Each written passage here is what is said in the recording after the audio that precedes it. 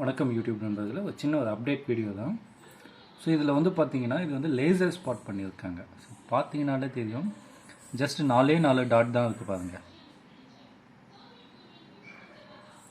ஆனால் இதை ரீவொர்க் பண்ணலான்னு பிரிக்கும்போது வந்து பார்த்தீங்கன்னா அந்த செல்லே வந்து அப்படியே அதனுடைய சிலிண்ட்ரிக்கல் ஸ்ட்ரக்சரே வந்து பார்த்தீங்கன்னா அந்த மெட்டலோடு மேலே வந்துடுது. அதில் இங்கே பிரிக்கும்போது இந்த இடம் என்ன இருக்குன்னு பார்த்தீங்களா, அதாவது ஹோல் விழுந்துருக்கு. இந்த இடம் பார்த்தீங்கன்னாலே தெரியும், ஹோல் விழுந்து அதில் இருக்கக்கூடிய லிக்யூடே வந்து மேலே வருதுங்க. நல்லா நோட்டீஸ் பண்ணிங்கன்னா தெரியுங்க, தெரிஞ்சுங்களா, பபுள்ஸ் வெளியே வருது பாருங்கள் அதுலேருந்து. ஸோ இது வந்து ரிஸ்க்கான விஷயம் ரொம்ப.